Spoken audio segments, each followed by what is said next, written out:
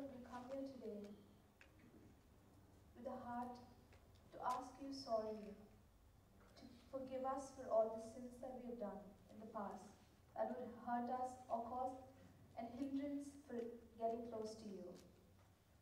We need the relationship with you, Jesus, Lord. So anything that comes in between, help us, Lord, not to go astray, but find your way and come closer to you. Thank you for this amazing grace that covers all our sins every time when we come and repent to you back.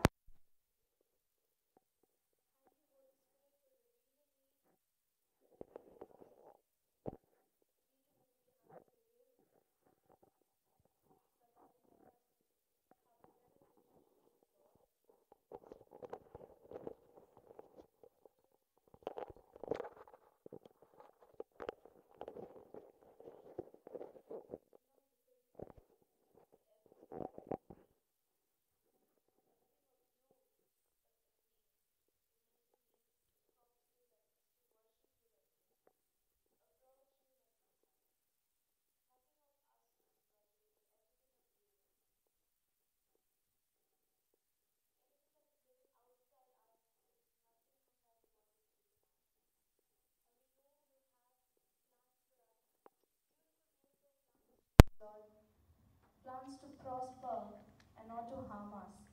We believe in your word, and we believe in that amazing grace that always covered up.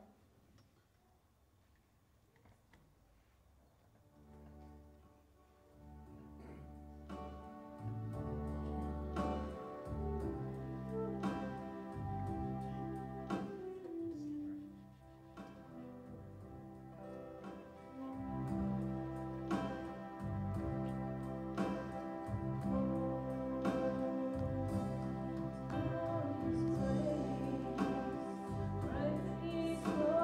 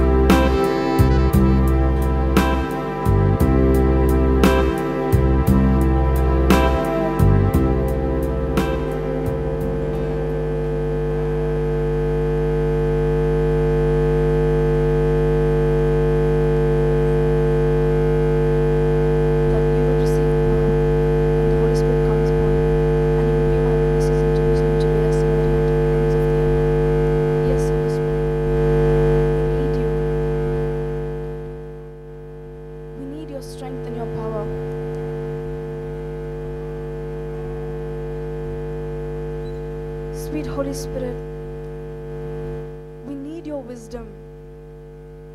We need your strength. And only then can we minister to this broken world.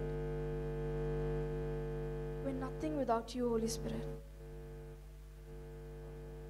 It's only with your power. Holy Spirit, I need thee.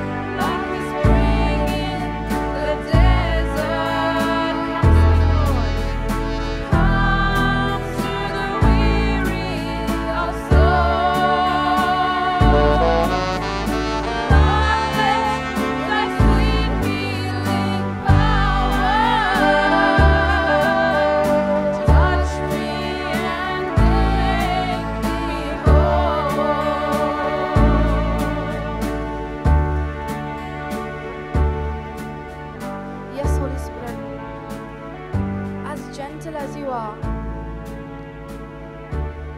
You are so powerful, Lord. We need your power, Holy Spirit, and we need your strength.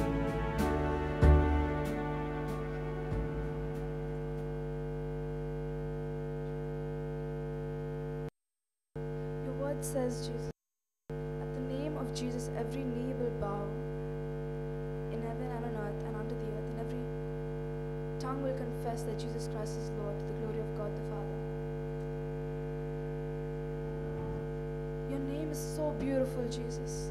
There is no name like yours. In your name,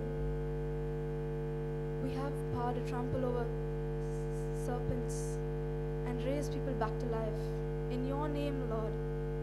In your name, everything is possible, Jesus. There is nothing that is impossible in your name. How beautiful is your name, Lord. There is no other name that compares to yours. What a beautiful name you have, Jesus.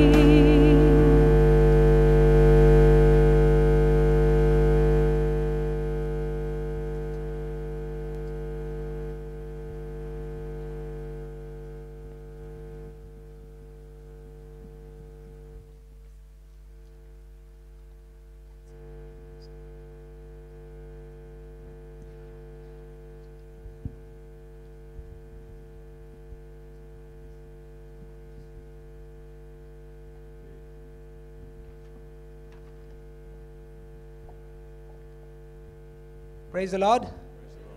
God is good. And all the time. Let us give a big applause for Jesus once again. He's a God to be glorified. Amen. Thank you, Jesus, and praise you, Lord. Okay,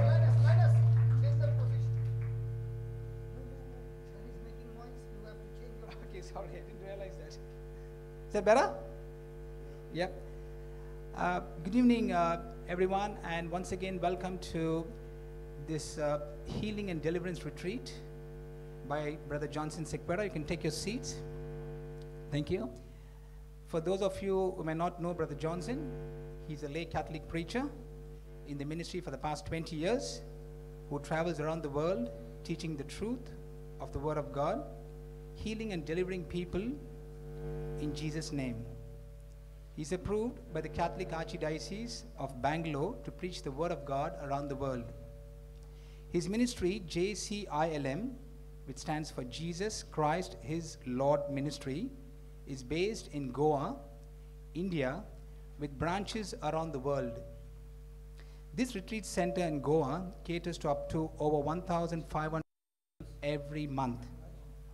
In addition, the program for drug and alcohol addicts is based only on the power in the Word of God. That these addicts who come to the retreat, they are made to memorize and speak out aloud the promises of God, and they receive 100% success. Hallelujah. Thank you, Jesus. Everything in this retreat is free. The policy that this retreat center adopts is based on the scripture promise that Jesus said in Luke 6:38, where Jesus said, "Give, and it shall be given to you, good measure, pressed down, shaken together, running over, men give unto your bosom." And again, Jesus said in Matthew 10:8, "Freely you have received, freely you have give, freely you give." These are the foundational scriptures that this entire ministry is based on. Books and CDs are also distributed free of cost. We are sure you're going to be blessed by today's teachings, but it does not stop there. Please get your copy of the scripture prayer booklets that are outside and the free CDs, and listen to the teaching daily to truly benefit from these teachings.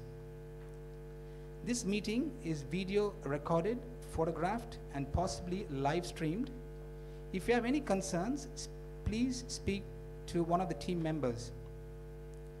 As you all may be aware of, the toilets are on the right-hand side as you enter the church.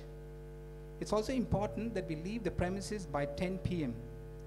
If you would like to meet brother after the meeting, you are free to do so. However, if there are many, I would like to inform you that tomorrow evening we are having the meeting here at the same time, same place at 7 p.m. So you can always meet him tomorrow and give someone else a chance. And as per the parish request, we've been asked to make a collection which will be collected and given towards the parish use. That will be done after the teaching. And as every day has been so wonderful and people have been experiencing the glory of God, even today in the youth retreat, we had young children receive and spoke in tongues today, received the word of God and understood the teachings, and they spoke in tongues. Praise the Lord. God is good, isn't He? He's so gracious. So let us put our hands to welcome our brother Johnson to take over the proceeding this evening. Thank you very much.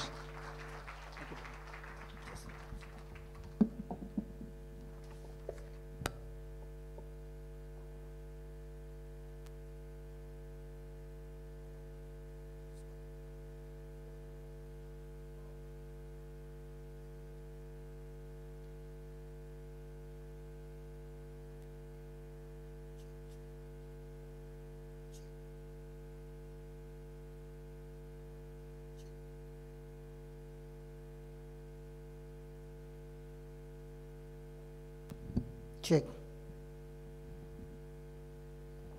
Praise the Lord. Just find one other couple and just let's connect it. Hallelujah. Hallelujah. Praise the Lord. Hallelujah. Hallelujah.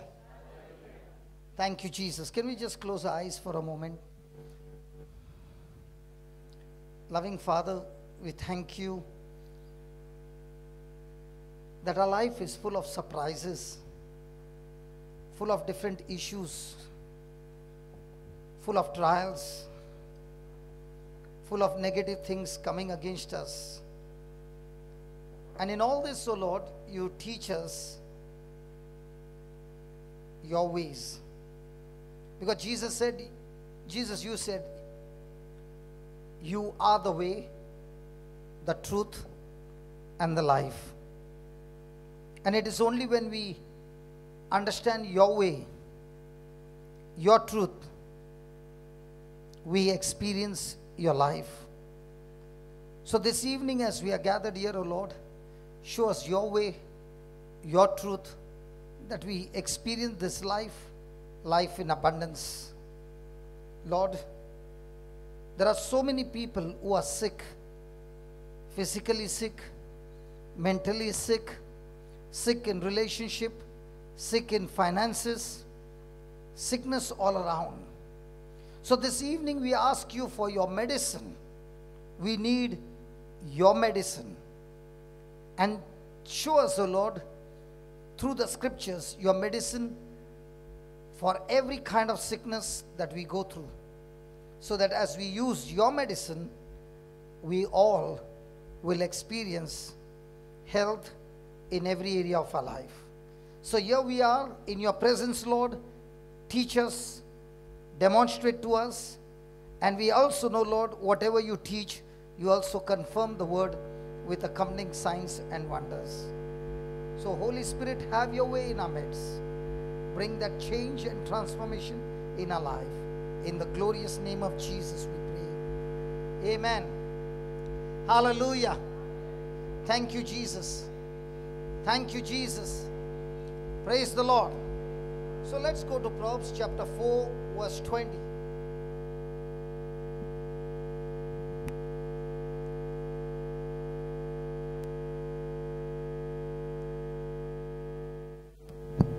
Praise God. Hallelujah. Now I can extend. Praise God. Okay, Proverbs chapter 4, verse 20. This is a scripture that gives you medicine or healing to any area of your life. Interested? Did Father tell you not to talk to me? Can we talk? Hello, can we talk? Yes. This is God's way of healing us, whether it's your finances, whether it's your relationship, whether it's your marriage, whether it's your health, whether it's your mind, whether it's depression, whatever area you are going through, this is God's medicine to get healed. Amen. So let's read it. Proverbs chapter 4, verse 20. My son, attend to my words, incline thy ears unto my saying. Let them not depart from your eyes. Keep them in the midst of your heart, for they are life. Come on, read that. They are life. They are life only to those who find them. So if you don't find them, then it's death. They are life to those who find them, and health to all their flesh. Keep thy heart with all diligence, for out of it, come on. So if anybody wants to know your future, so simple. Whatever is in your heart will take you to your future. Put away from thee a froward mouth and perverse lips, put far from you. Let the eyes look right on, and let the eyelids look straight before thee. Praise God. Hallelujah. How many of you want God to bring good things in your life? Hello, how many of you want God to bring good things in your life?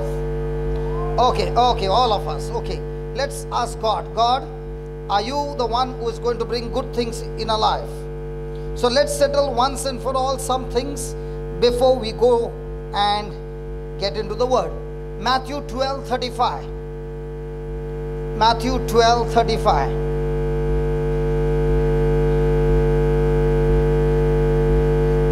A good God, a good God, God, God, God, God, God, God, God, God. What is it written there? A good man out of the good treasure of the heart. So in everybody's heart there is treasure or corruption. If your heart is full of treasure, and what is the treasure? The word of God. A good man out of the good treasure of the heart brings forth. Who told you God is the one who is going to bring good things in your life? Whose words are these? Jesus' words. And an evil man out of the evil treasure brings forth evil things. So if evil things are coming into your heart, into your life, check your heart. But please don't go and check the ECG, not that heart. Check your spirit. So who is supposed to bring good things?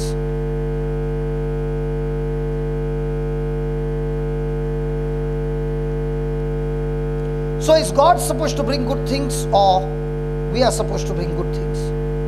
God has given us a bag full of His seeds. And that's why Jesus said, my word is a seed. I need to labor and plant the seed in my heart, which is the soil that is in my spirit. Jack and Jill went up the hill. Then those who are not repeating, they have it in their heart, but they are too shy to say it. But it's there in their heart. I said it's there in their heart. Is the scripture the same way in your heart?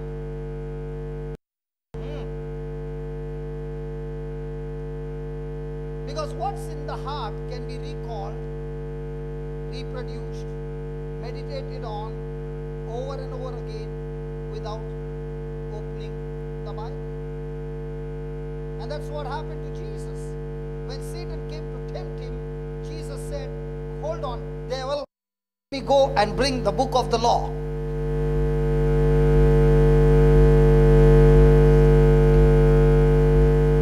Did he open his mouth and speak what was in his heart? And what happened to the devil? The devil ran away. He fled. When did he flee?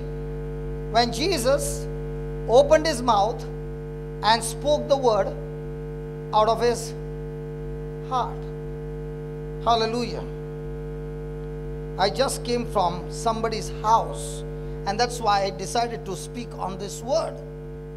I was talking to a person with cancer, and the person said, God is the one who has given it to me because it is His will.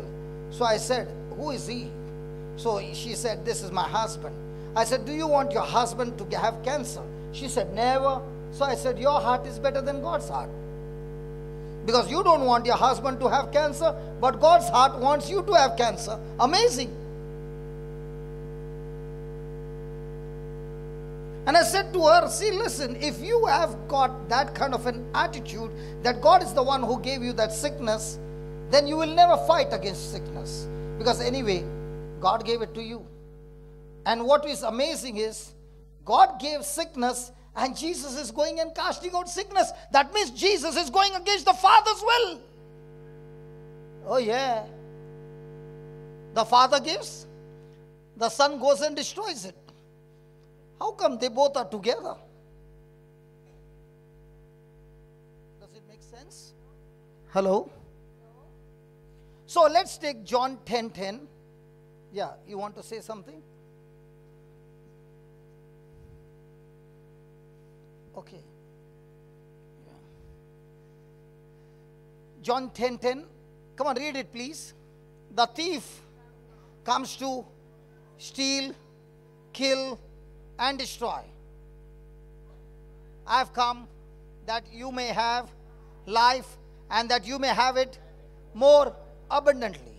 Now let's say you came to this place or you went somewhere out and then you return back home. The doors are locked, the windows are locked, but when you went inside, the treasury door is open, the jewels are missing, the money is gone, all your treasures are gone. But there is nobody in the house. Do you need somebody to come and tell you that there has been a theft in your house, but you did not see the thief? Not everything is upside down. Everything is in order. Only the treasury door is open and everything is missing. So do you need somebody to come and tell you there has been theft in your house, but you did not see the thief? Somebody said something. So there are things which were very dear to you are missing, and that's why you know the thief has come and taken it away. In the same way, in our everyday life, what is missing? Is health missing? Then the thief is in your house. Marriage is in crisis, thief is in your house.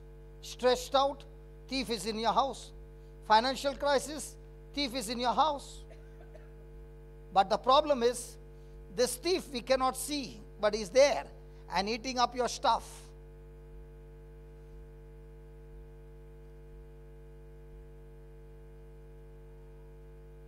Have you lost your peace? Yeah.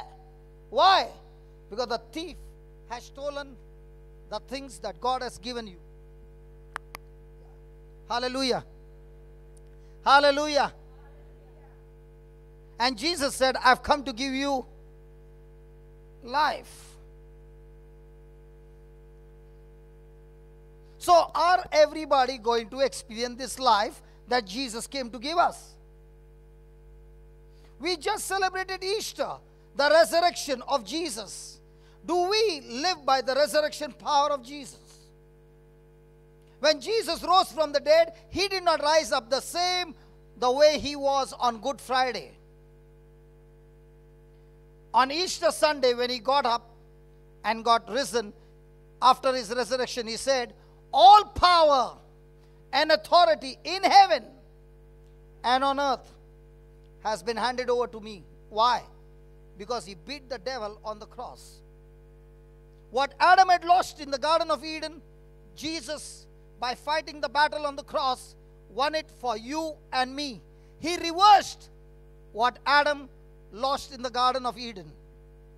And because he reversed it, he now says that this power and authority that I have, I give to you. Now in my name, go and make disciples in the name of the Father, the Son, and the Holy Spirit. Now this power is given to us, but do we use this power? So who are the ones who will experience God's life? Do you have life? Is there anybody who has got life here? Please listen carefully. I said life. I did not say, is there anybody here who has got a wife? Is there anybody here who has got life?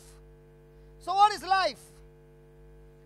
My life is the sum total of my thoughts, emotions, words, actions, desires, will is my life. So Jesus came to give me what? His words, his thoughts, his actions, his desires, his purpose, his will for me.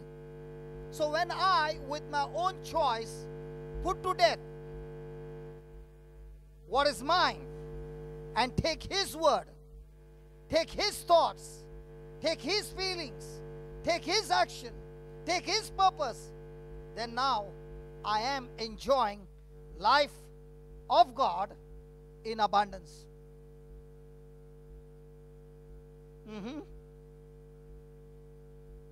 So a person can be a Christian and still not have God's word in his heart, God's word in his mind, God's word in his action. He has the seed with him. He has the Holy Ghost with him. He has the authority with him, but he has never used it. And that's why the thief comes and beats him up every day, stretched out, broken, shattered, in pain, and lives his life till he goes into the grave, a life of defeat. Is this possible for a Christian? Come on. Hallelujah.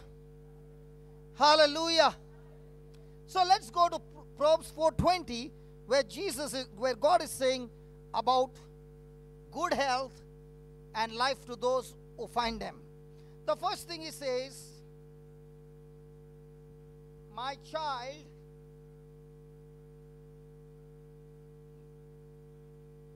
my son, just give me that 24:20. Proverbs 4:20. There she is. I'm looking this side. This is what happens when you don't know from where it is coming. You're looking all side. Hallelujah. 4:20. My son, attend to my word. Attend to my words. What's the meaning of the word attend? Attentive, attention. What's that?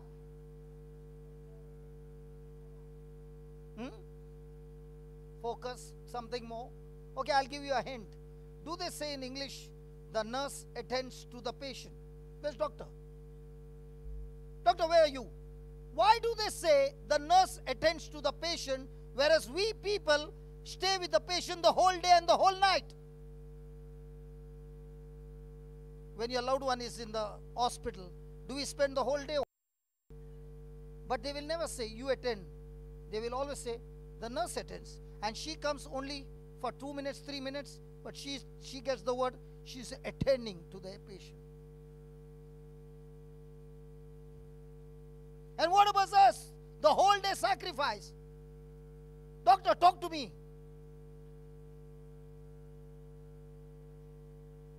Why do they say the nurse attends to the patient? Huh? To be present with? I'm more present with my loved one the whole day. Is it right? Has anybody been in the hospital? And did your wife, Hector, how many hours did she spend in the hospital?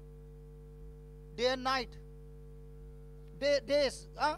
But is the doctor saying you are attending to your patient, to your husband? No, my nurse is attending. And how many hours was she inside? The nurse. Hardly a few minutes, coming and going, coming and going. But do you know, yeah. Oh. But the best part is, the loved one is reminding her many a times. The reason is that whenever she comes and she checks the patient, she quickly records it on a sheet of paper. Every hour, what she found, she puts it in writing. And when a shift is over, and the other nurse shift is over, and let's say Dr. Shireen walks into that room, and those two nurses were not there, she'll quickly ask, get me the file. And she looks over there, and she knows what the patient went through the whole day. Is it right? She takes absolute, minute record of everything. But what about the loved ones? Do they take anything in writing? No. In the same way, the Lord says, when you are reading my word like a nurse, take note of everything that I say to you minutely and pay attention to it in detail. Why? Because when you take that in detail, the faith that you need to overcome this situation or this sickness is stored in your heart. Faith comes by. Thank God now the volume has increased. God bless you. I was screaming on top of my voice. Did you see the difference? Oh yeah, I know, because I'm trying to raise up my voice to get it there. Now I have to lower my voice. Somebody had mercy on me. Faith comes by hearing, and hearing by the word of God. Now when he said, pay attention to my word, there are two kinds of attention. There is an attention that comes from the word, and there's an attention that comes from your senses. Do your senses talk to you when you're going through some crisis? Do they communicate to you? Which one communicates to you more? Your senses or God's word? Let's say the doctor spoke to you and gave you a bad report. Which one are you more attentive to?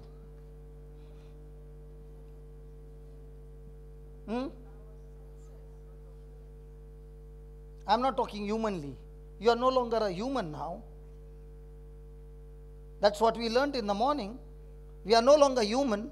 The day we got born again, the Spirit of God came into us and made our spirit new. And the Spirit of God dwells in our spirit. And they both got united and became one spirit. And therefore, we are 1/3 God already. You know, nobody clapped because nobody believed. No, don't clap. Because these are the things which are so difficult to believe. You mean to say, I am 1/3 of God? Oh, yeah, 1/3 of me is God? Yes, that's what the scripture says. That's why you and I are new creation. Our spirit has been made new.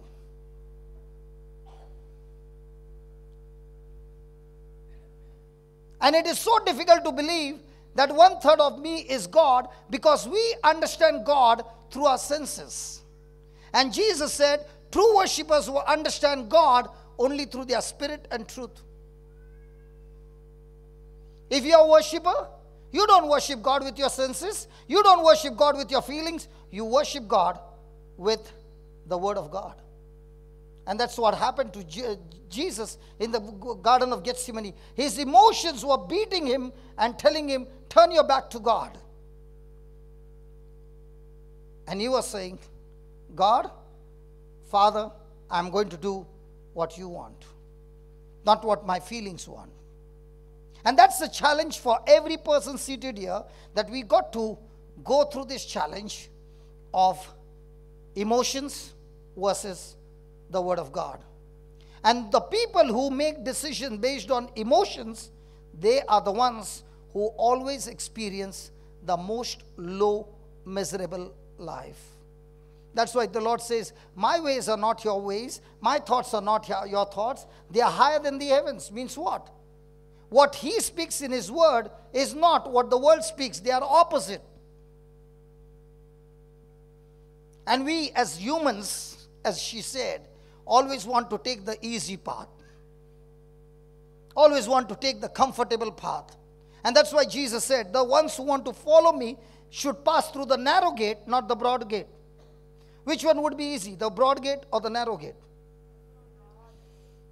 And which one do we pass through? Hallelujah. So when a person is taking attention to God's word, he is actually taking possession of those things. I don't know about Australia. Do they first show you the house or the drawing when they are going to build it? Drawing. And showing the drawing, they take dollars from you. And they show you, this is your bedroom. Oh yeah? And this is your living room. Just a drawing. And then they say, give us so many dollars. Do you give it?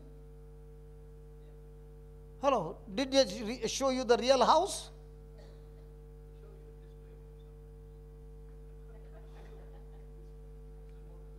It will look like just a display home. And actual display home or made of cardboard? In India, we show it of made of cardboard. And they show you, this is your 5th floor and this is your 10th floor. And after showing that, they say, first installment of 30% for showing the drawing. But do you pay? Yeah, you pay because you trust them at their word. And you believe what they showed you. Come on. And when you are paid your full installment and the house is ready, do you take possession? Oh, you all don't get possession here till the end? Yeah, with the authority, documentation and everything. Do they transfer it in your name? In the same way, God is saying that all that we are supposed to receive, Jesus has finished it on the cross, and he says, all that Jesus earned by his obedience, we receive it, not by our works, but by pure love as an inheritance. But do we take possession of what is our inheritance, or do we work hard and say, let me work hard and then I will receive? When the parents left earth and the property is there, who gets the property? The neighbor's children. Very good. Who gets it? Mama Celine. Why do these people have all different ways than India? In India, the children get.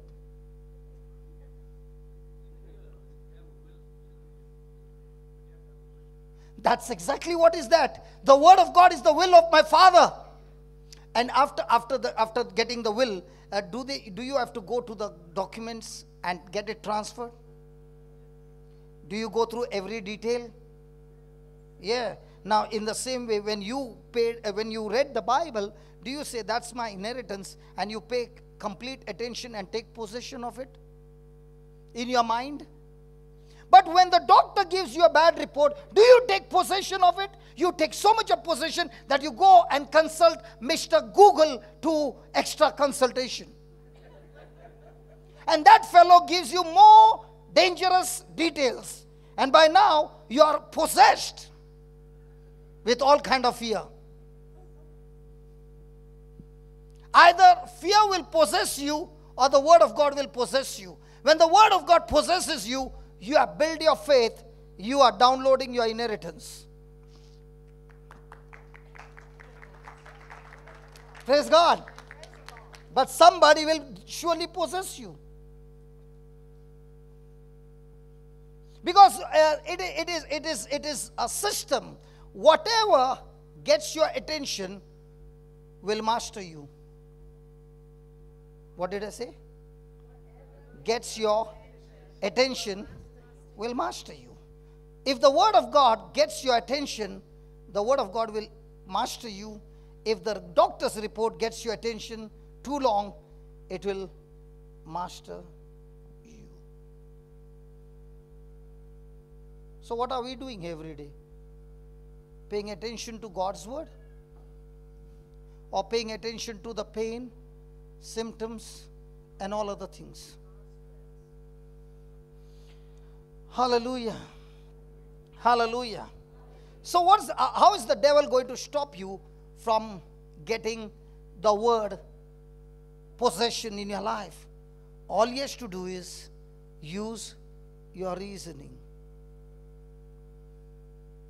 That's why the devil's attack is never on you. It's always on your mind. If he can get your mind, he got your body.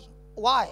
Because your mind has control over the brain, and the brain is the one that commands the body to move into action.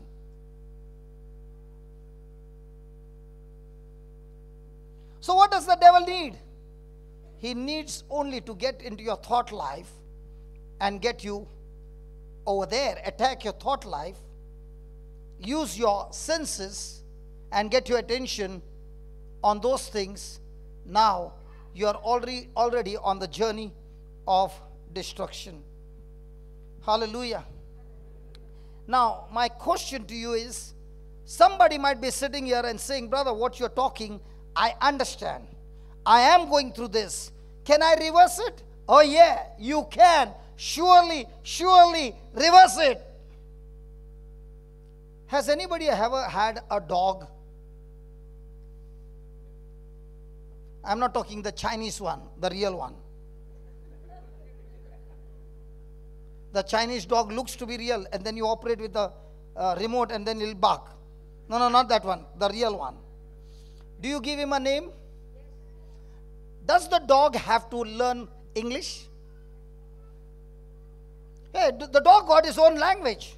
But now you are taming his mind to learn your language. Come. Poor fellow comes. Go. Go. Sit. Now, are you taming him?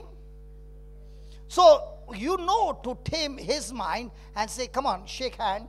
And he gives, you say, no, I don't want right, I want the left.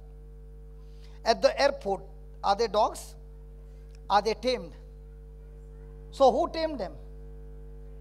The trainer. If the trainer can tame the dog's mind, how much more the word of God can tame our mind? But is it going to take labor to tame the mind? I remember when I went to Ireland, they have big farms, and I was asking them, I've always heard about the sheepdog, and he said, would you like to see one? I said, yeah. How many sheep can it control? He said, about 200 in one shot. So he took me to a farm, and this man met us, and we jumped into his vehicle and we went there, and I said, where are the dogs? He said, the dogs are behind. I looked behind, I said, where? He's saying, in the boot. And I said, how come they're not barking? He says, I've trained them not to bark. I said, okay. He opened the boot. There are 3 inside. He said, which one do you want? I said, to take it? He said, no, no, no. Which one do you want for me to send him? So I said, whichever one. And there are all these sheep all scattered. He said, okay. He gets one dog. They would both whisper something. The dog runs to that end. He takes his whistle and whistles and tells me, where do you want all the sheep? Every one of them. I said, to this corner where he is right now. He says, okay. He whistles, and that whistle I can barely hear. But the dog can hear it. He starts running from one corner to the end. Takes a right turn. And then he starts whistling again. And now the dog is going zigzag and getting every sheep, every one of them, within 2 or 3 minutes to the corner. Now he says, where do you want me to take it? I said, back to the other corner. In 2 minutes, he's taken all the sheep there. So I said, why don't you bring them all at the center? So he brings all the sheep to the center. That's one dog, okay? Now I said, can your dog separate them 50-50? It's easy to bring them together. Can your dog separate them 50-50? He said, no problem. Watch it. The dog goes behind, and the whole group is in the center. He starts running straight, and the sheep, they part like the Red Sea. And I said, take this off that side. All of them that side, all of them this side. I asked him, how do you do that? He says, I love him, and I talk to him, and I reward him for his obedience, and I have to tame him. Then I said to him, if there are 200 sheep, don't they ever think of standing together against one? He says, do you know the secret of this? Did you hear the dog bark? I said, no. So why are these sheep so quickly obedient to his command? I said, I don't know. He says, there is terror in his eyes, and his eyes talk that he really means business. Nobody messes up with him, because the moment he looks at those sheep, he is meaning business, and the sheep are only scared of his eyes. I can train a dog, but if he has no terror in his eyes, the sheep will all stand together. But when he has got this thing, he doesn't even need to bark. When he goes for that run, they all part. And I said, brother, if only you could tame me. If only I would have been like this, that the Holy Spirit is whistling the scripture, and I turn around and I do the same. Life would have been so beautiful. But when the Holy Spirit is reminding you and me of the word of God, what do we say? I did not hear it, Lord. And then we get into the mess, and then we say, God, where are you? I got lost in the forest. That's why the Lord calls man sheep. Because among all the animals, the sheep is the most dumb animal who never finds his way back. Even the pig knows to come back home. Do you know that? The cat knows to come back home. Might be even the rat knows. But the sheep always gets lost. And that's why he tells us the first thing, please be attentive to my word and tame and teach your mind my word. Hey. Do you all use shampoo? Hey, come on. And do you all have bath every day? I'm not talking about body bath. I'm talking about mind bath.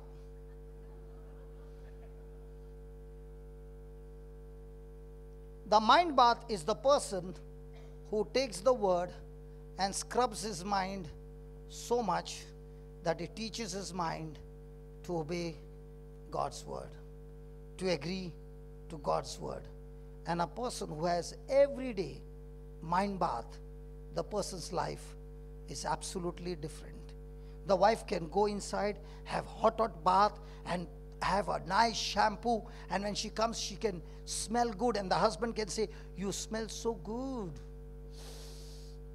But if her mind is not good and she gets angry, now he can say, that shampoo, you know what to say.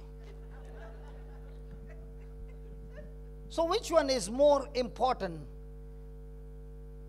The shampoo, body bath, or the word of God, mind bath? And which one do we practice? Can you ask your neighbor, when was the last time you had a mind bath? Last Sunday. And even on Sunday, when the mass was going on, and the father started giving the sermon, and you were watching the priest, but your mind was somewhere else, possible? And the priest is saying, this lady always comes and sits on the second row and always attentive to my sermon. Her eyes are fixed on me. And after 6 months, he decides, let me ask this lady, how was the sermon? She says, fantastic, Father. Okay, tell me, what did you hear? Actually, Father, when you were speaking, I was thinking what to cook. Possible? So a person can look right into your eyes, but the mind has already gone to India. So what is he saying? If I do not pass this step number 1, I can never get my healing. There are 4 steps to get your healing. Healing, blessing, breakthrough from your financial crisis, whatever. But if I do not get the first step right, I will never go to the 4th step. Amen. Hallelujah. Hallelujah. So where is the spiritual battle every day? It is in our mind. And how does this battle start? With thoughts. Hallelujah. Say the thoughts. Say that. My victory. Everybody say that. My victory is obtained through my thinking and believing and speaking the word of God. Say that again. My victory is obtained through my thinking, believing, speaking, and doing the word of God. The retreat is over. If a person begins to practice this, you are victorious every day of your life. When a person is saying, I'm depressed, what is the person really saying? The devil has captivated my thinking.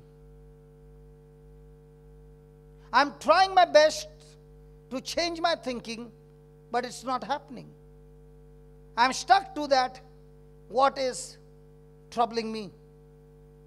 And because of which, I have sleepless nights, I'm broken, I'm in pain, I'm stressed out. I have no more energy to fight. But the same person now begins to realize that words produce thoughts. See that? And thoughts produce emotions. And emotions and feelings produce decision. That also they find it difficult to speak, Lord. Again. Words produce thoughts.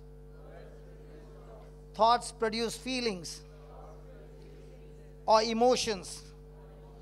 Feelings produce decision. Decision produce action. Action produce habit. Habit produces character. Character takes me to my destination. Did you get the formula? Hello? So if I have ungodly thoughts, depressed thoughts, how do I destroy it? I destroy it by taking God's word and hearing it over and over again, because God's word is alive, active, and Jesus said, my word is spirit, my word is life. So when you're going to hear it over and over again, labor to enter into that word over and over again, it's going to produce what? Life. This mama has seen me the first day of my life. Demonic situation. No memory. Doesn't know his name. Like an animal. So she began to teach me the word of God. And all that I would do was repeat that word over and over again. In the beginning, not understand. But go on saying it like a mantra. At that time, I did not know that that word is alive. That word is Jesus. And if I can plant that word in my heart and open my mouth and speak it by faith, that word has the power to change things in the spiritual realm. Just like the flight that lands on the runway at the airport, it can only land on the runway when the traffic controller gives the signal, right? The permission, right? If he doesn't give the permission, then that pilot has to take the plane for one more round till he gets permission. In the same way, when you and I are opening our mouth and speaking the word over and over and over again, the permission for ungodly thoughts, attacking thoughts, depressing thoughts get no permission.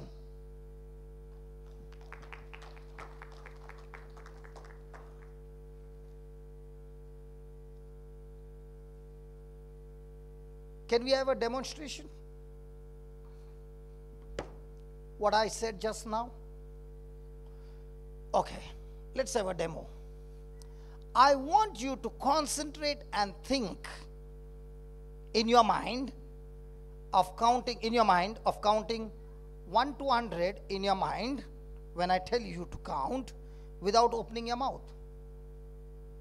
Is that okay? Hey, hold on. Some of you already started counting. Wait. But there is a condition. Whatever I say, you got to repeat it with your mouth open, and at the same time, continue to count.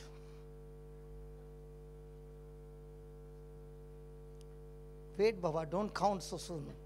Wait. Ready? Are you ready? Count in your mind. No opening your lips. Say hallelujah. Continue to count. Say hallelujah. Continue to count. Say hallelujah. Praise the Lord. Thank you, Jesus. Continue to count. Say, Jesus is my Lord. He is my refuge. He is my fortress. He is my strength. I thank you, Jesus. You are the Lion of Judah, the Lamb of God. Oh, thank you, Jesus. Hallelujah. Hosanna. Now what happened to your counting? Because God has designed man that when he's thinking and he opens his mouth and speaks, it stops your thinking.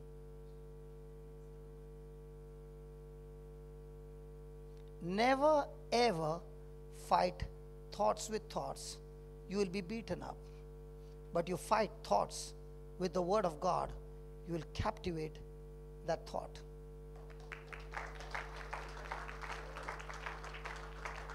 A thought is spiritual and it cannot be arrested with physical things.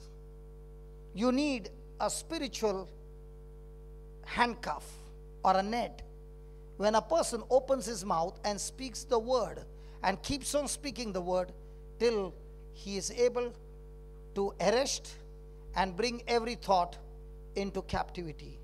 And that's what the word of God says in 2 Corinthians 10, 3, 4 and 5. Our weapons for our warfare are not carnal but spiritual. And they bring every stronghold down. They destroy every thought that is bringing us to disobedience and bringing every thought into captivity. So if God said we can bring every thought into captivity, that means we are able to bring every thought into captivity. If we have ever gotten into trouble, it was all because we started with a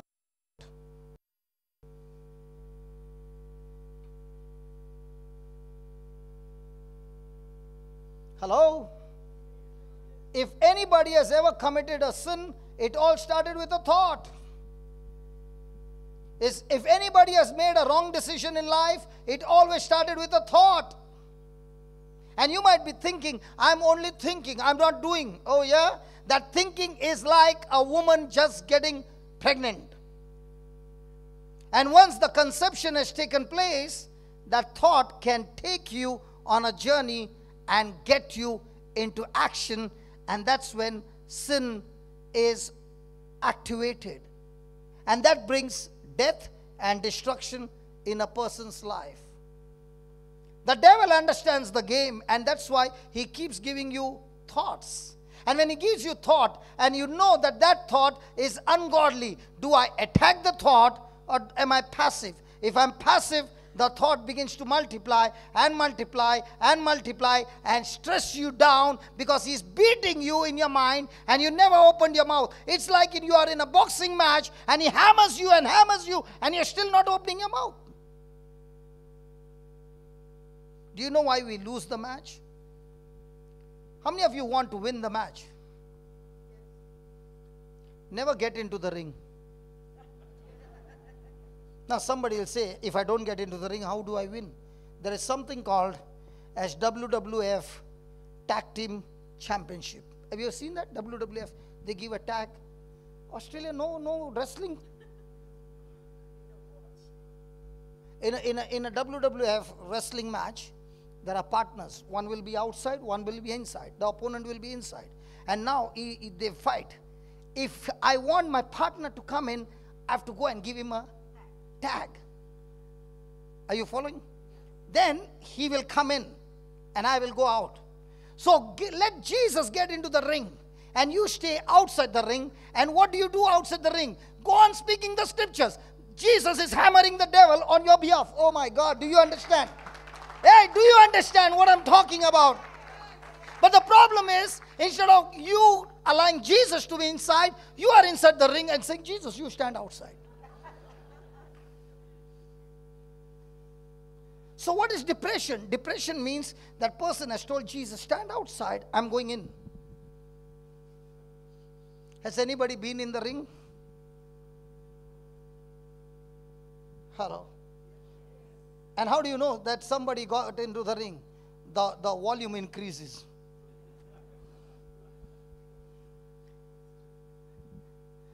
Because when you are in the ring without scriptures, the devil will have a hold on your mind. And now you will speak exactly opposite to what you actually believe. Has anybody ever been angry? And you spoke some words? And the person who loved you said, that's what you're thinking about me? Oh my God, that's what you're thinking about me? How did she come to know what you're thinking? By your words. that in the midst of anger, you opened your mouth and spoke. Hallelujah. Hallelujah.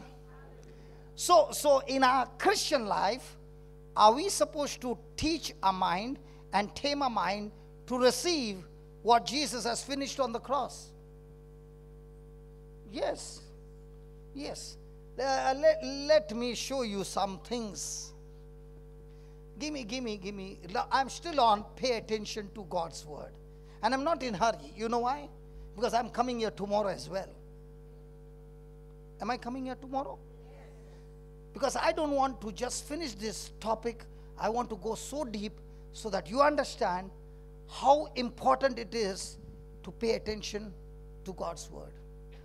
Let me show you 2 Peter chapter 1 verse 2. Is the Lord talking to us, my friend?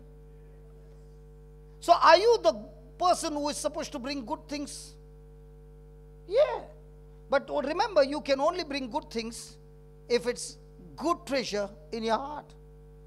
But if your heart is full of all kinds of fear and corruption, then you can have the best education, best all that. You can be good in your business, but in other areas, the devil will beat you. But when you're attentive to God's word in every area, you can beat the devil in his game. Yeah, where was I? Yeah. And peace. Come on, read it, please. Grace and peace be multiplied unto you. How many of us have been praying, God, give me grace? You all don't pray? Lord, give me grace. But the Lord says, I am not the one to give you grace. From my side, the deposit is overflowing.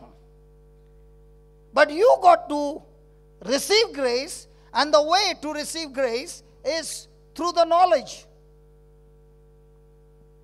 See, when we pray and we say, God, Father, give us the grace. And he's saying, when did I say I have given it to you? But for you to experience my grace, you must have what? Knowledge. And where do you get the knowledge? In the Word of God. So is it going to take some labor? And what is this grace? In India, when a student fails for some marks, the teacher gives something called as grace mark. And when she gives the grace mark, the student is promoted to the next level. So also, because we have sinned, we have all failed and fallen short of the glory of God. We all deserve to be punished, but God in His love has given us what? Grace. And what is that grace? Grace is, God loves me so much that He is willing to use His power, His ability on my behalf, even though I don't deserve it, is grace. Now, is His power available for me? Yes. Is His grace, is it His ability available for me? Yes. But how will I tap into that power? Through the knowledge of God. So, most of the time, do you on the television? Yeah, there are no television. Mama, they don't have television over here. Channels. More than us, huh? घर घर की कहानी भी है, सब कहानी है. Praise God. Hallelujah.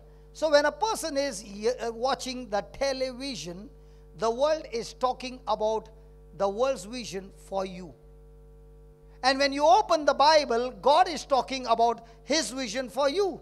So which television do you watch every day? Oh, thank you, Holy Spirit. Thank you. Let's say we were both having coffee, and I said, did you hear about the news about the Australian cricket?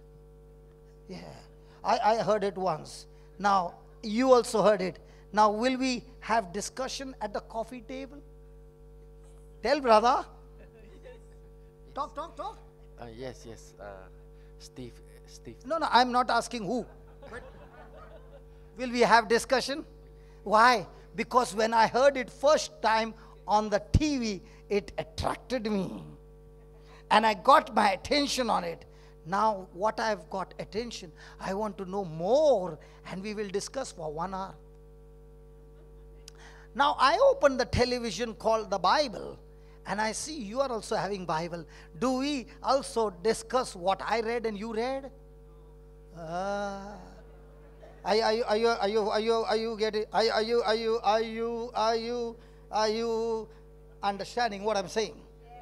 Oh yeah. Because what I'm attracted to, I want to discuss more.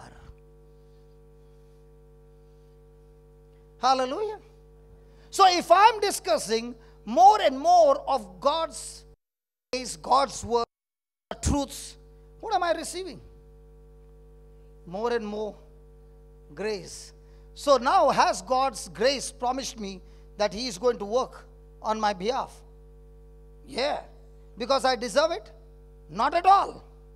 I don't deserve it. But yet, He is going to use His power for me. Because now I've learned how to multiply grace. Brother, do you have hands? Are you a Christian? When was the last time you laid hands on the sick? Never. You can't remember. That means you used to remember. You used to lay hands. Many years back when you were a youth. 10 years ago. Why did you stop? From tomorrow, I will not sit in front, I'll sit behind.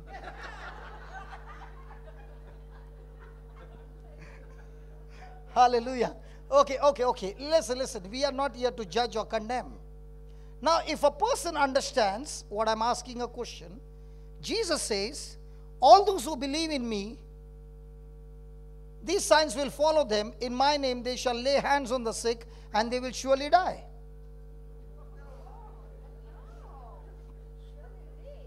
Surely recover.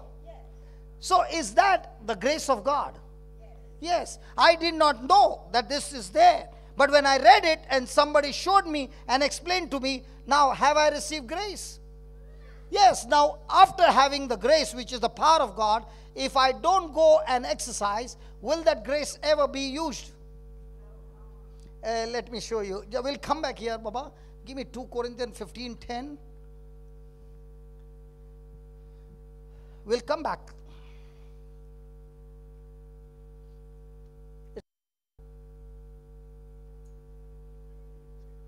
1 Corinthians 15:10. Lord, is the number right? Yeah, 1 Corinthians 15:10. But by the, now this is what Paul is saying.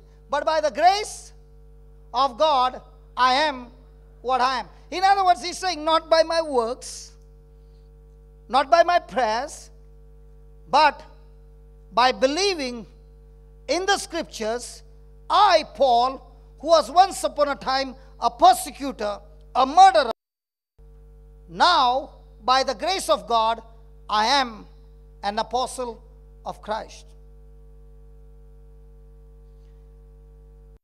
And His grace, which was bestowed upon me, was not in vain. Now, has God given you the grace? Yes. Do you have hands? Yes. Do you believe in Jesus? Yes. Is the power with you? Yes. Did you use it? No. Has the grace gone in vain? So imagine the very next colleague of yours who is working there needs a healing. God has chosen you to be the source and the channel to introduce that person to Christ and touch that person and heal that person, but you never believed or activated your faith. That grace has gone in vain. The grace that was given to me the day I got baptized, I never used for 33 years because I never knew it. And when the grace was given and I began to get the knowledge of it, I began to use that grace day and night. What happened? The more I used the grace for the kingdom, the more the people got blessed. Why am I screaming tonight? Because I'm using His grace. It's not because I'm righteous. It's not because I'm unholy. But because He loves me, He is righteous, He is anointed, He is holy, and He lives in me. So He's using my body to do His work through me. Are you understanding? So He's saying the grace which was bestowed on me was not in vain, but I labored more than the other apostles. Who is saying? Paul. And because I labored more, even after he's dead and gone, today we are reading and it's still producing results.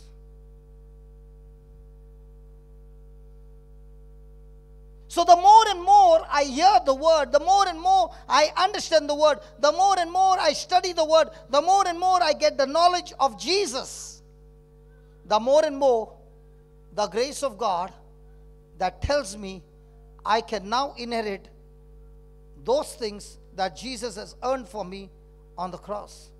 And that's what He says, but I labored more abundantly than they all, yet not I, but the grace of which was with me. Tonight, before you go to sleep, you ask God, God, you invested so many preachers in my life, so many sermons in my life, so many teachers in my life. With all this investment, what is my contribution in your kingdom? Am I working in a company where the company has sent me for training, the resources were used, and you're back into the company after the training? Does the company expect you to bring big contribution in profits to the company? And if you don't bring, what do? But God in His mercy has not yet sacked us. He's still patiently believing that we will change.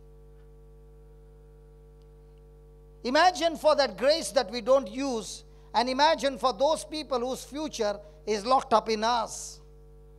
If this mama had not fed me, I wouldn't have been here. She used what God had given her freely to feed me. So it's now my turn to go and feed to somebody. But our Christian life is all about what can I get from God. In spite of all this is our inheritance, we still are struggling and not believing. Look at the next verse.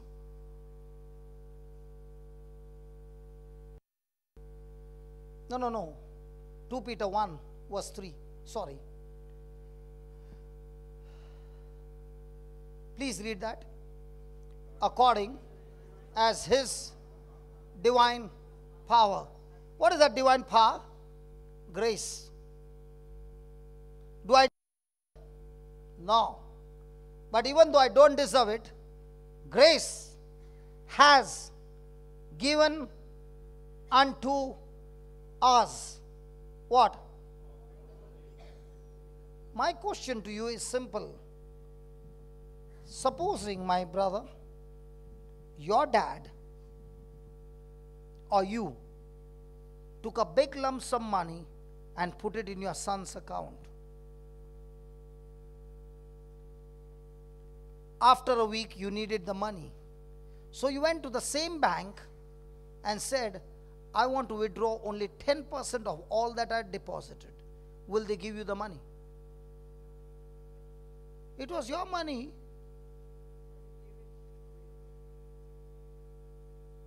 Hey, come on, it was your money. but you deposited in your son's account. So can you now withdraw from the son's account? But can you withdraw from your account? Yeah. But can your son withdraw from his account? Yes. In the same way, God is saying, all that I need in this life on planet Earth, Father God, out of his love through Jesus, has deposited all things that pertains to life and godliness in my account. So the next time you go and tell Father God, I need the deposit, saying it's not in my account. It's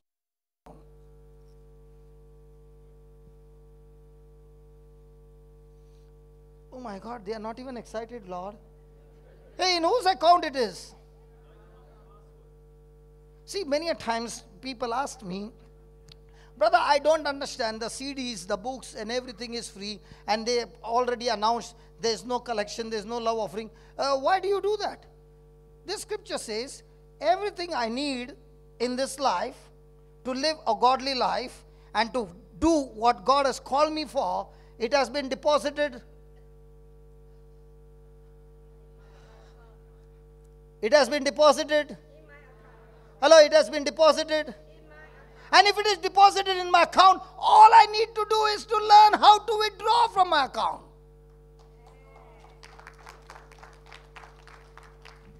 Thank God now they are alive when it comes to withdrawal. Thank Jesus. Hallelujah. At least I heard a little clapping. Praise God. So he has called us for what? To the knowledge of him that has called us for glory and virtue. Now, have you heard people saying, let's glorify the Lord? Hello. What's the meaning? Let's glorify the Lord means let's talk about his works in our life. What has he done in my life? The good things that he has done in my life. How he has transformed my life. How he has changed my life. What am I doing? Giving glory to God and praising him.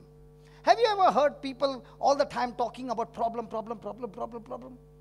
Do you know what is that? Glorifying the devil. Sometimes a person comes to give a testimony. He was given 30 minutes, 25 minutes, he spoke about his past life. Do you know what he did in that testimony? He was glorifying the devil. Can you ask your neighbor, most of the time, whom do you glorify? And the world will also say, hey brother, you must tell your problem and share your problem with somebody. You'll feel good. Never heard that? What are you doing? Glorifying the devil. Have you ever heard about the problems in the office discussion? Problems at home? Glorifying whom? And what is he saying? He has called you to do what? Now, how to withdraw? We'll learn tomorrow.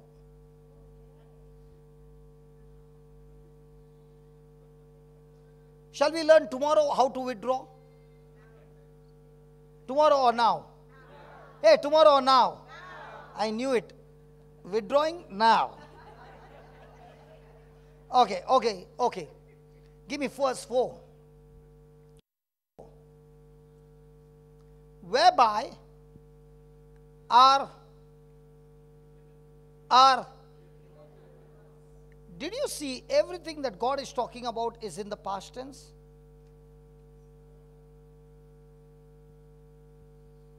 And we are all the time talking to God in the future tense. Hello? Do you know why we do that? Because we have not learned to look into the mirror. How many of you believe this brother saw his face in the mirror? Because he's clean shaved. Have you ever shaved without looking into the mirror? No. Because you will not be able to shave based on your feeling. So your shaving is not based on feeling, it's based on looking into the mirror and taking the corresponding action. He has never seen his beard, I've never seen my beard. But we yet look into the mirror and take the corresponding action. In the same way, the Bible says in the book of James that the word of God is God's spiritual mirror showing me spiritual things.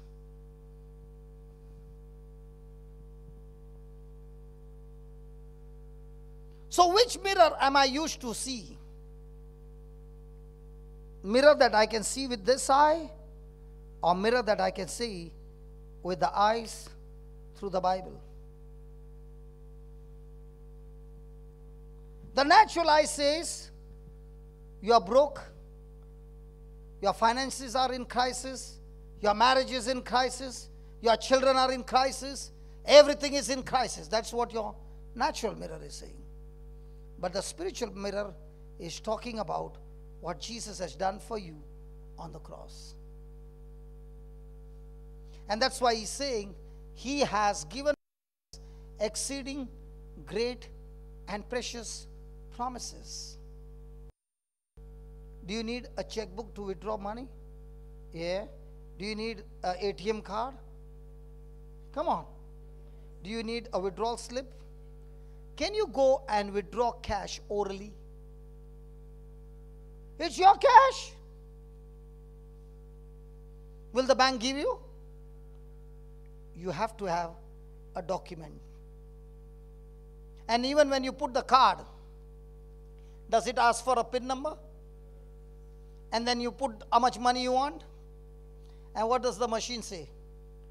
Transaction is in process. And you are a person who wants everything fast. You kick the machine and walk out. And I walk in. Who gets the money? So how many times have you been impatient? And God has been saying, transaction in process. And what are you saying? Now! Come on. Is it right? So has God given us his exceeding great and precious promises? Do we use those promises to get our withdrawals? Or do you go to the bank without account number, slip book, this, and you tell the person, I have got an account here and I want my money. Account number not known, bank name not known, but I deposited the money in some bank, I don't know which one. Will you ever get the money? So do you need the right account number? So the Father God is saying, don't blame me. I love you so much. Before even you can change what my son earned by his obedience, all those blessings I have deposited in your account, and I have also given you the checkbook with those great and precious promises, that by those promises you can be partaker of his divine nature. And not only that, you can also escape the corruption. You can also escape that sickness. You can also escape that poverty. You can also escape that divorce. You can escape everything that the devil has brought in your life by using these great and precious promises. And if you're trying to escape without those promises, you can't escape.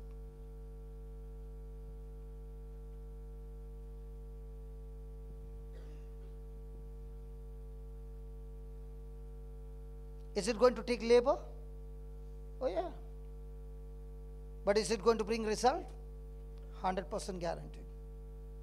But where are we laboring? Have you ever heard some people saying, I got a very bad memory? Brother, I can't remember. But what the mother-in-law said 20 years back, that you remember? That lady is dead and gone, but her words are still there in your heart.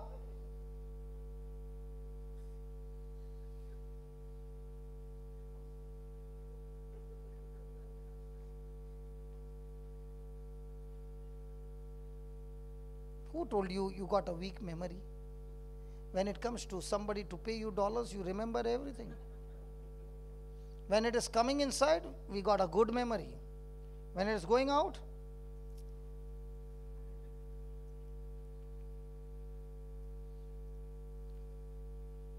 hallelujah. So is it necessary to have attention on the word? Clear? So now, do you have a checkbook? That's why that small book we give is not a Bible, but it is a compiled small promises taken together, piled them together, that covers up your entire life, every area of your life. And you got to learn it by heart. When we learned Jack and Jill, we got so much of beating, but it did not help you. If you learn this, it will surely bring result in your life. Now, no, they did not clap because, hey, hold on, I understand. Don't tell me to do laborer's job. Tell me what I can get. Can we get by you laying off hand? Brother, you lay a hand on me and let everything from my account come into mine. So why don't you tell me, brother, you eat my food and my stomach will be full.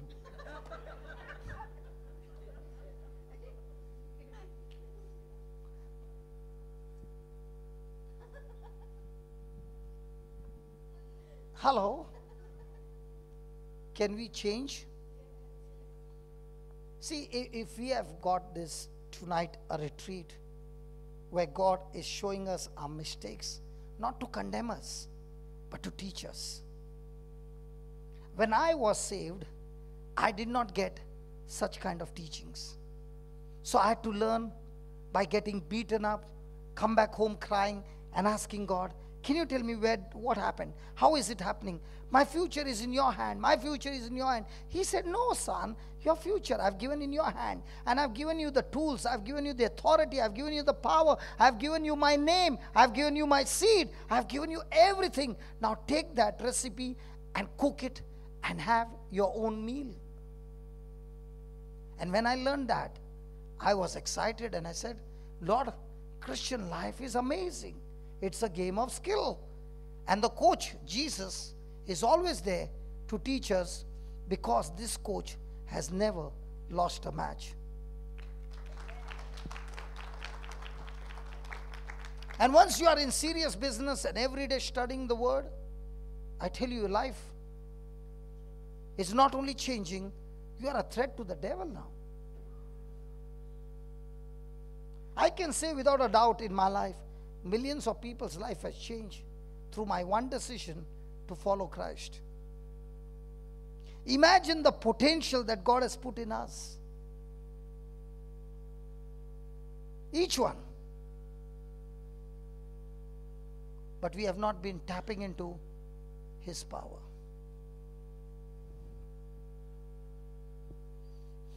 How much time I got? Time out. Why in Australia you all sleep early, man? You should be people from Bombay. We never sleep. Anybody from Bombay? You ask these people who are lifting their hands, do our city sleep?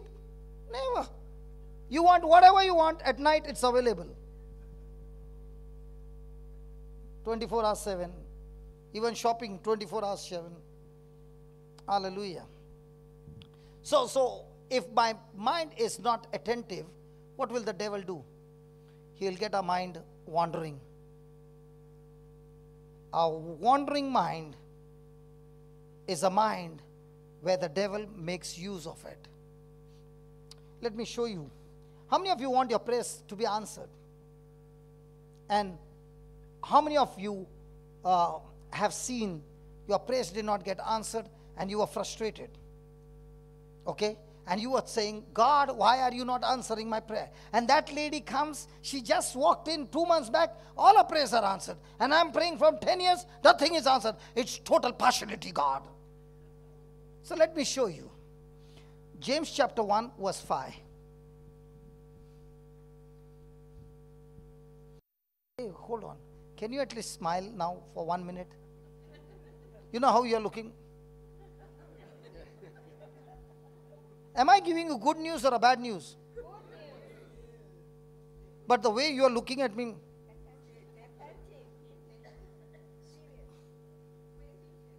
Thinkers, okay. If any of you lack wisdom, let him ask of God, that give it to all men. God gives wisdom to all men, because women, they don't need. They are full of wisdom. Brother Hector, did you see that? We always need wisdom, brother. Did you see that? But she is full of. He's saying, I'm not talking anything, I have to go home. So what's the meaning of the word wisdom?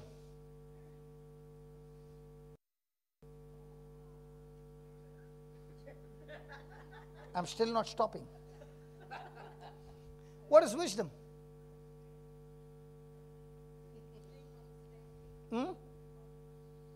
Yeah, somebody said it right. Knowledge is the information that you're getting now. Wisdom is the practical understanding how to use it in the midst of your problem to get the solution is wisdom. So if you're going through any kind of problem, what do you need? Wisdom. And whose wisdom? God's wisdom. So now if you have the solution to your problem and you apply that wisdom, will it solve your problem? So God is saying, if you lack wisdom, ask me, I will give you generously, ungrudgingly. He will give it to all of us. So can we ask wisdom? I'll show you how to ask wisdom. Close your eyes and say this. Heavenly Father, the word of God in James 1:5 says, if any of us lack wisdom, let him ask of God, and you give them generously, ungrudgingly. So, Heavenly Father, in the name of Jesus, I ask you, fill me with your wisdom. And by faith, I believe you have answered my prayer, and I receive your wisdom in the name of Jesus. Thank you, Lord, for this wisdom. In Jesus' name. Amen. Now, did you feel anything? No. Thank God. No. Because faith is not feeling. Faith is believing. Faith is believing. And believing what? Evidence not felt. Evidence not seen. So now what you made a prayer, has it been believed? Yes. In his right time, will it manifest? Yes. So every day, what do I need to ask God for? Wisdom. Look at the next line. Did we ask in faith? Did we believe we have received in faith? Congratulations. But he's saying when you ask him in faith, nothing wavering. For he that wavereth is like a wave of the sea, driven with the wind and tossed. 7. For let not that man think he shall receive anything of the Lord. So you put your hand up and you said, I prayed, and the prayer answered. My question to you is, were you confident in what you prayed for and believed it has already happened, or were you wavering?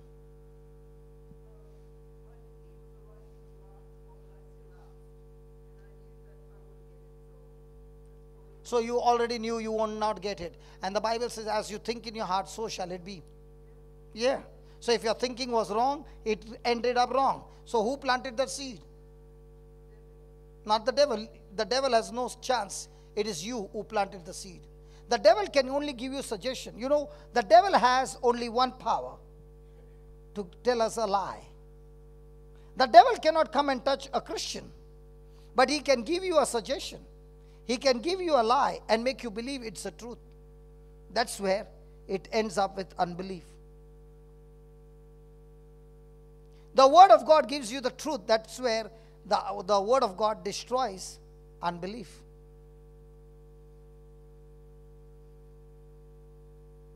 Hallelujah. Thank you, Jesus.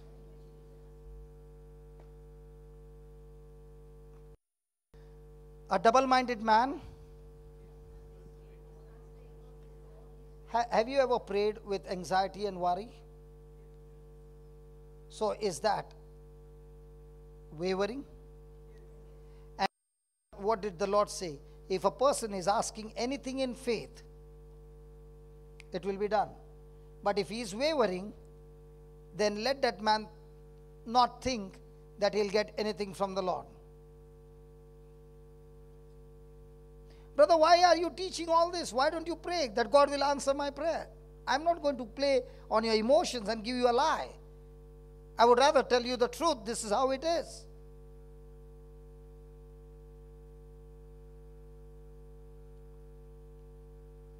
Praise the Lord. Hallelujah. Thank you, Jesus. Can we take the last hymn?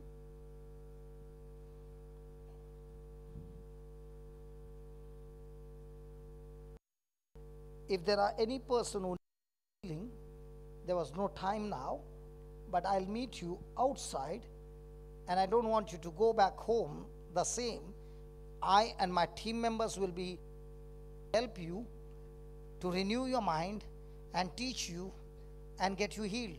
Is that okay? Hello, is that okay?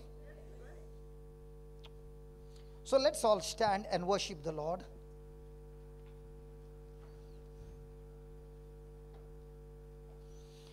And before we worship the Lord, let's worship the Lord and tell him, Lord, now I understand that it is me who has not paid attention to your word.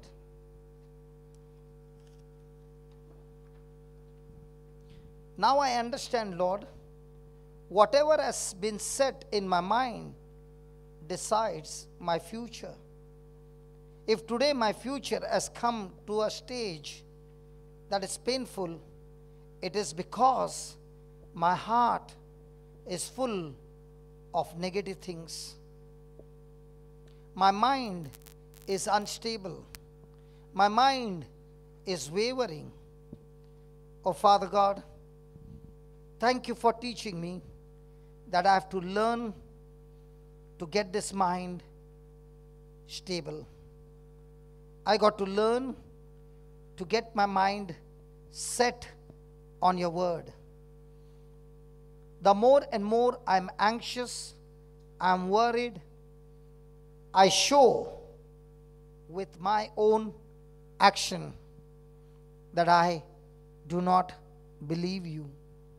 Lord, today you have opened my eyes that this grace is available to everyone, and like a farmer who grows his crop, in the same way, I can multiply the grace by knowing you and knowing your word. Thank you, Lord, for showing me that when I pay attention to your word, to your exceeding great and precious promises, these promises are given to me so that I first become a partaker of your divine nature.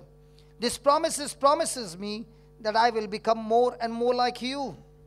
And the more I become like you using God's word, the more I find my way of escape from every corruption that is coming against me. Lord, let my focus not be the blessing, but let my focus be you. And to know you, you have shown me that it is the word of God that is the spiritual mirror that shows me the spiritual inheritance that I can inherit by faith. Thank you, Lord, for showing me that all these powerful resources you have already deposited in my spiritual account, and the only way I can bring them from the unseen to the seen is through the promises of God. Teach me, Lord, to labor like St. Paul said, it is by the grace of God I am what I am. It is the grace of God that was bestowed on me that has not gone wasted, but I use that grace in laboring day and night And that laboring day and night is also God's grace that I became that apostle of Jesus who has been a blessing and still a blessing through his letters. My friend, let us make this commitment to God. The message has been given, the meaning has been explained, and now God is looking at you and saying, what is your response? What is your mission? What is your commitment to all that you have heard tonight? Or are you going to go back home the way you came and make no change in your thinking? And when that happens, the house that is built on the sand, Jesus said, is a foolish man. He heard the word, but never did what the word said. The wise men also came and heard the word, but he quickly put that word into action, and his house stood still in the midst of storm, flood, and even when the wind beat on the house stood still. My friend, the issues of life flows out of your heart. As we worship the Lord, let us talk to him and tell him, Lord, I'm not only going to sing this song, but this is going to be my prayer, my response to your teaching. And I'm committed to you. And from now on, I will spend my quality time in fellowship with you, not only through my emotions, but to the truth, because you said true worshippers worship God, not with emotions, but through the truth and through their spirit. We thank you, we praise you, in the name of Jesus. Amen.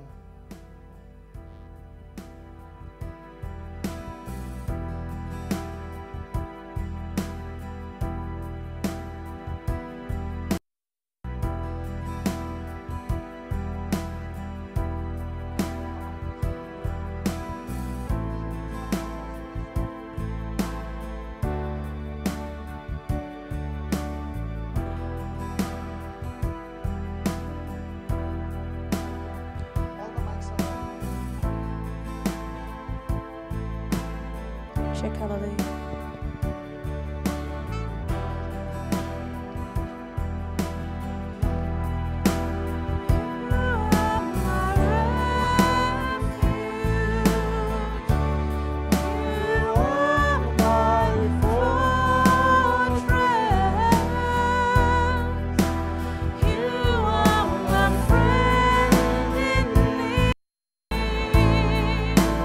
You are my God.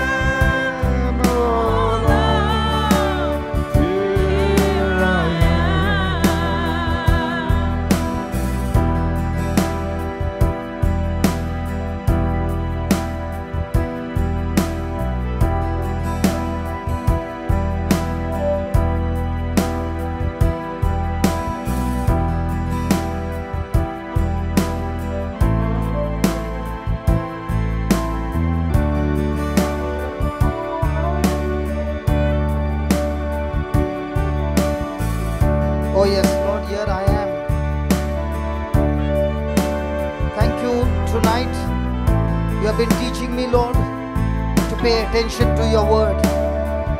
I've made my problems my refuge, my fortress. I've made my problems my God. I've doubted you, O Lord. Prisoner in my own thoughts, getting deeper and deeper in my negative thoughts, O Lord. O Spirit of God, the word says wherever you are, there is liberty, there is freedom. Jesus, you said your word is spirit, your word is life. As I've been listening to your word, O Lord, I made that commitment, I made that repentance, I made that change in my thinking, Lord. And as I made that thinking, O Spirit of God, I made a choice to agree to the word. Let the veil be removed. The word of God says when a person turns to the Lord, the veil is removed. Lord, let the veil be removed from the minds of your people, O Lord. Let your spirit, O Spirit of God, have your way. Destroy every fortress, every stronghold in the mind.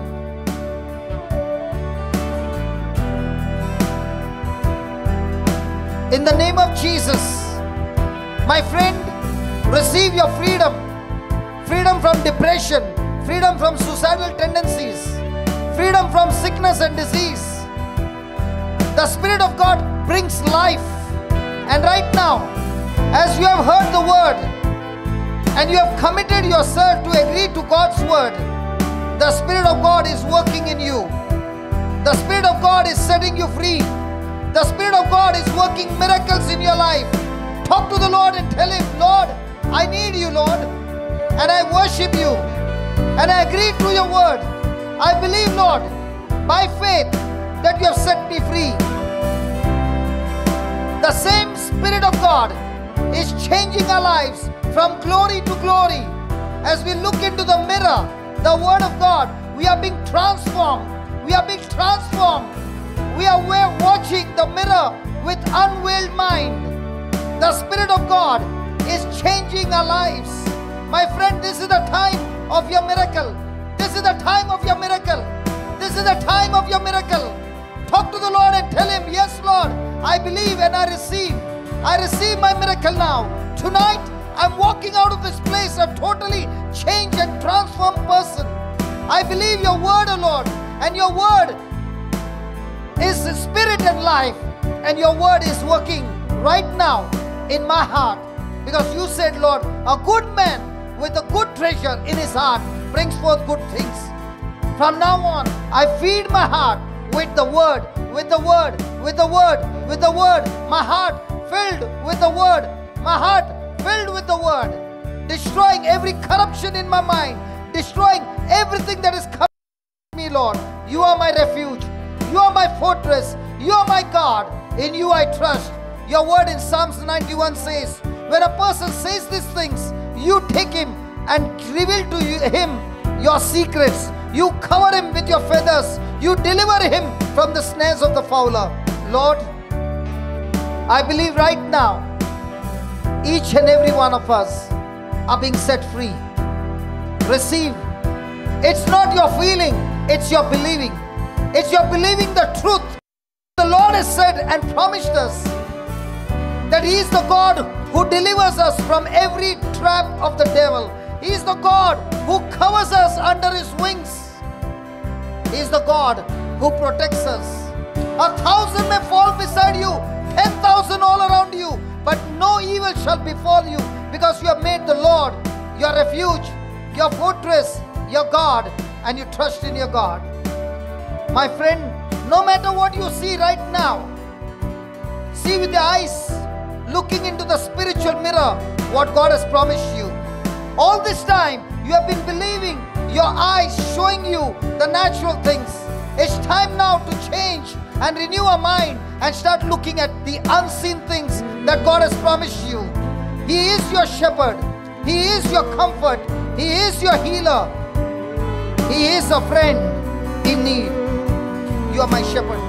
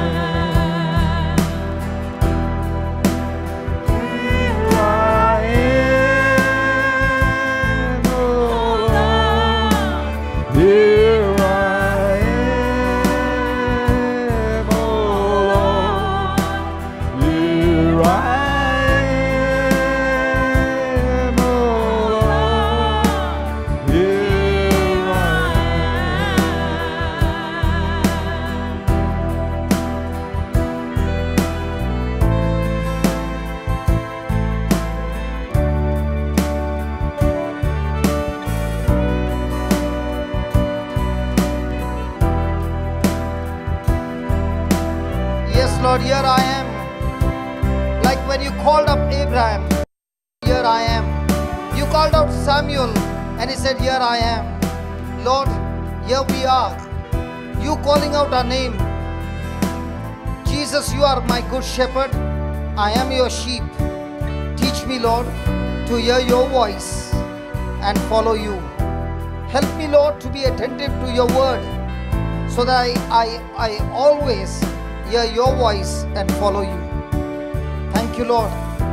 Thank you for teaching us that being attentive to your word is the first step to our spiritual life, to be connected to you, to experience our relationship with you. Without your word, we have no connection with you, Lord. It is your word. It is your word that you sent and healed and delivered your people, O Lord. Thank you, Jesus. Thank you, Jesus. Can we give the Lord a free praise? Thank you, Jesus. Praise you, Jesus. Hallelujah. Hallelujah. Hallelujah. Hallelujah. Thank you, Jesus. Praise you, Jesus. Hallelujah. You are the King of Kings, the Lord Almighty, O Lord. There is none like you. The all-forgiving God, the all-merciful God, the all-compassionate God. You are the God of mercy and compassion. You comfort us in all affliction, O Lord, so that the comfort that we have received, we are able to comfort others in any kind of trouble, O Lord. You are the God who leads us in victory, in triumph victory, always leads us in triumph victory through our Lord Jesus Christ, O Lord. Thank you, Father. Thank you, Jesus. Thank you, Holy Spirit. Hallelujah. Hallelujah. Hallelujah. Hallelujah. Hallelujah. Hallelujah. Praise the Lord. Yeah, please be seated for 2 minutes.